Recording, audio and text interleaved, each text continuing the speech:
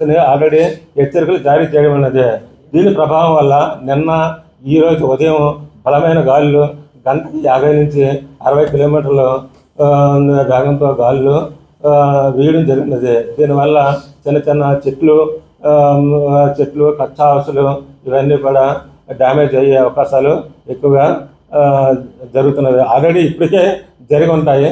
Next ఈ యొక్క heavy to heavy అంటే భారీ నుంచి అతి భారీ వర్షాలు పడడం వల్ల విశాఖపట్నం, విజయనగరం, పార్వతీపురం, మన్యాలలో ఫ్లాష్ ఫ్లడ్స్ అంటే వరదల వల్ల ఎక్కువ వరదలు సంభవించే అవకాశాలు ఎక్కువ ఉన్నాయి. చెరువులు, డ్యాములు ఇరిగిపోయి వాగులు, వంకలు పోవడానికి ఎక్కువగా అవకాశం ఉన్నాయి. వరదలు ఎక్కువ వచ్చే అవకాశం ఉన్నది. తీరం వెంబడి ఉన్నటువంటి పోర్టులకి అంటే స్కైలీ వెదర్తో కూడినటువంటి గాలులు గంటకి 50 నుంచి 60